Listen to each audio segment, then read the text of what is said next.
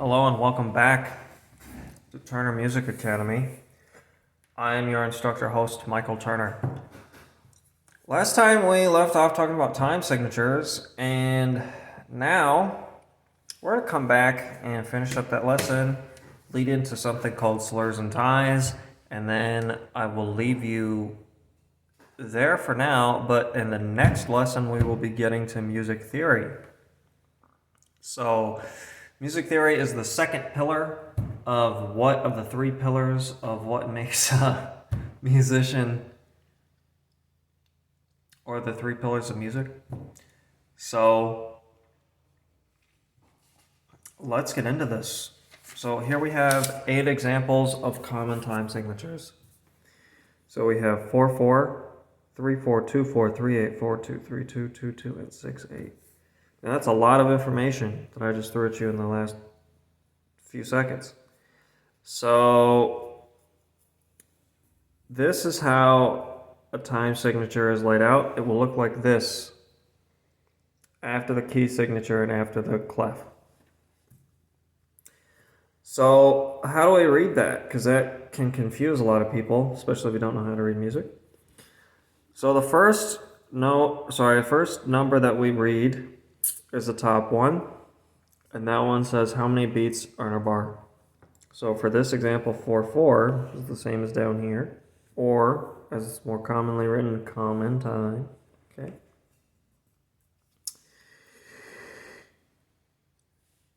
Four beats are in a bar. So for all of these now you know how to read half of them. So for this example, 4 beats will be in a bar. For this one, 3 beats will be in a bar. For this one, 2. The next one, 3. You get the idea.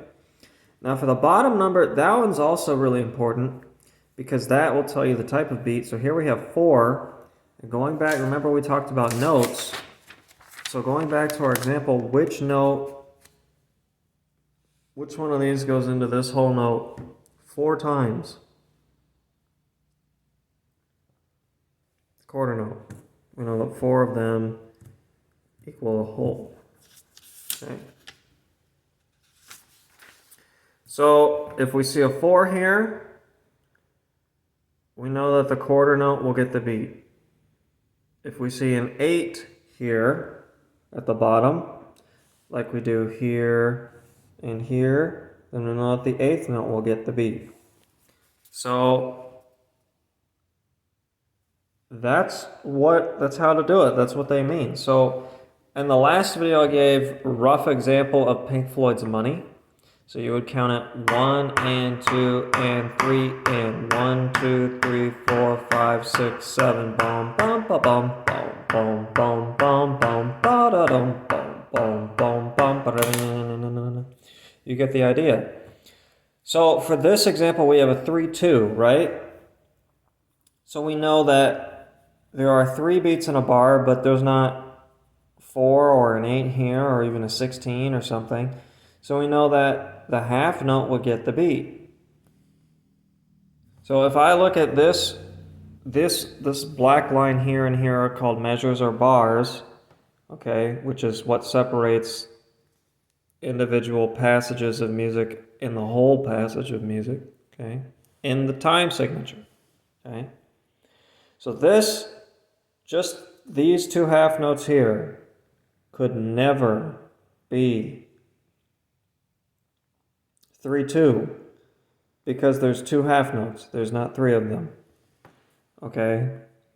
And the reason why, like if you look at a passage of music like this, the reason why this 4/4 is called common time is because just at a glance you'll be able to know, oh yeah, that's in 4/4. That's common. Okay? So now we know how to do all of these. So this would be the quarter note gets the beat. There's 4 of them in a measure, or equal to 4 of them in a measure. Okay. The quarter note gets the beat again. There's 3 of them in a measure. 3 beats in a measure. Okay. Quarter note gets the beat, 2 beats in a measure. 8th note gets the beat, 3 beats in a measure. Half note gets the beat. There's 4 beats in a measure. 3 half note beats in a measure. 2 half note beats in a measure. 8th note gets the beat. 6 eighth note beats in a measure. Okay? That's how you read it. I always likened it to like a fraction. Okay? It's easy. So now we're going to come to our example here. So we're in the key, so we're in F clef, we're in bass clef. Okay? Here we know from our key signature, we don't know, you don't know anything about scales yet, but we have a key signature here, so all of the what and the what are going to be flats.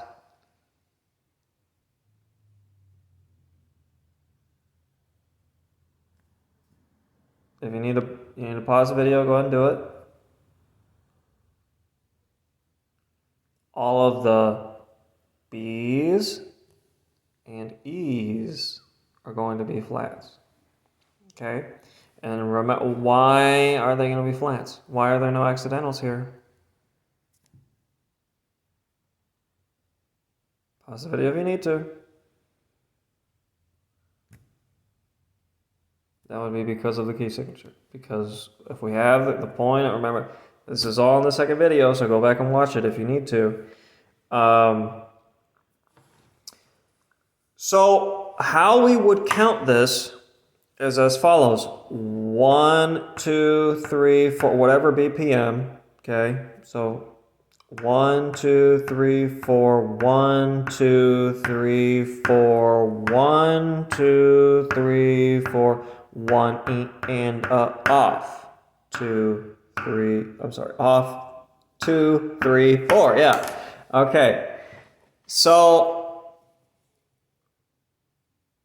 if you know it, I'm not going to talk. I don't know if I want to sing this example to you because I've played this. This is a B flat major scale.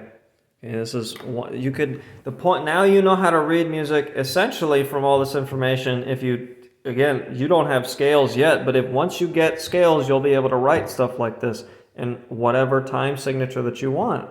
Because you know what the notes are, their value in the time signature, and also in relation to the whole note, and they have different effects. They have different, you can do all kinds of stuff. So it would be something like bum bum bum, sorry, bum bum bum bum bum bum bum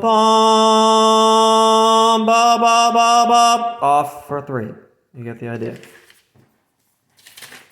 Now for our next example, this is a C major scale, no sharps or flats in the key signature. We're in 4/4 time. Okay. Oh, and by the way, 4/4 time will always look like this.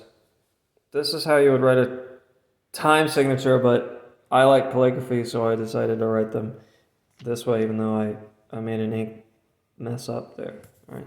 So here we go.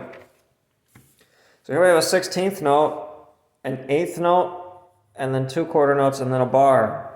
Okay, this is in 4/4 time, and like I said, again, this is theoretically sound, and it's true in music that this is the C major scale, so 1 E and a 2 and 3, 4. Okay.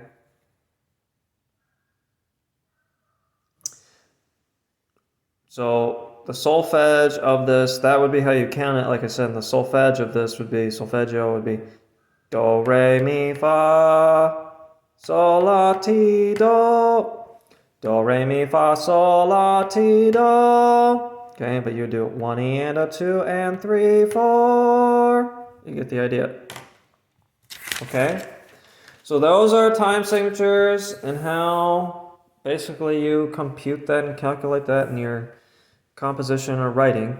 And the last thing we're going to talk about in this video are slurs and ties. So slur, this is a slur here, and this is also a slur here. You see that I've done it. Okay. So what slurs do is they mean, when you see a slur in a piece of written music, and this is a piece of written music, so we have 2 examples here, separate, but we're just going to look at this one. So we have bass clef. Okay, we're in the key of E flat major.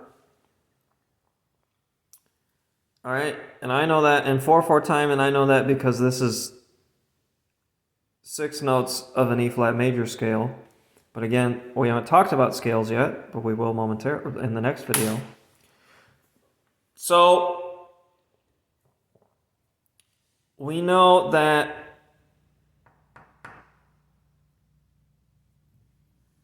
roughly,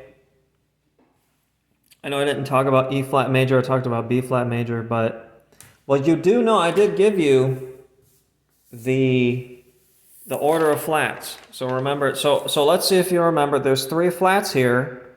So what's that acronym? Well, how many? So it starts with B,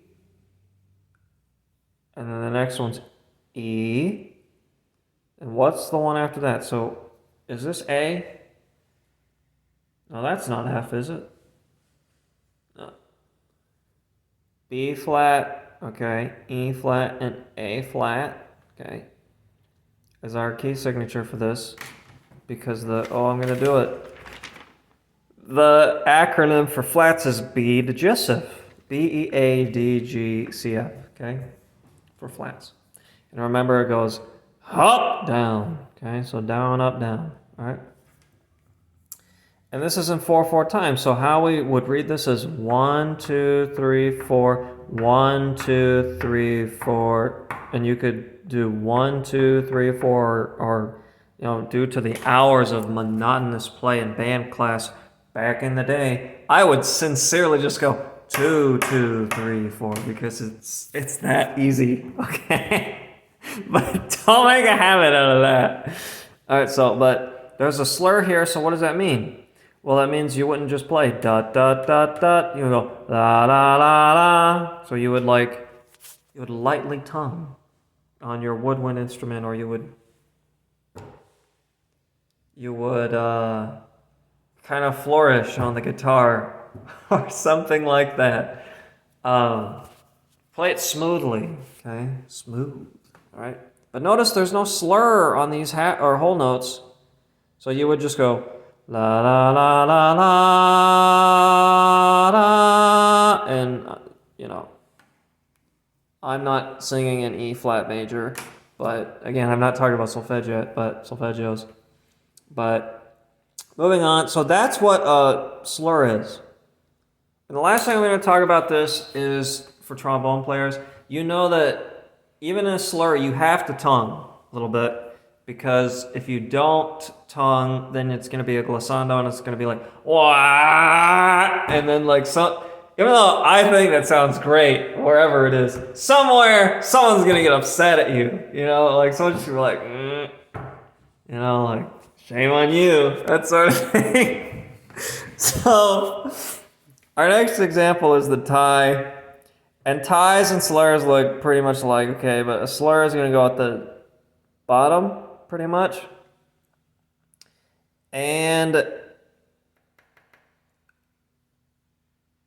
a tie, well, the note that is tied will always have the same value to the note that it is tied to. So here I've tied a half note to a whole note. And like I said in the previous example, here I have slurred 4 quarter notes. So coming to the example of the tie, like I was saying, a tie is used to extend notes of the same pitch. So we're now in treble clef, in the key of what? Remember our previous video, this would be the key of F major.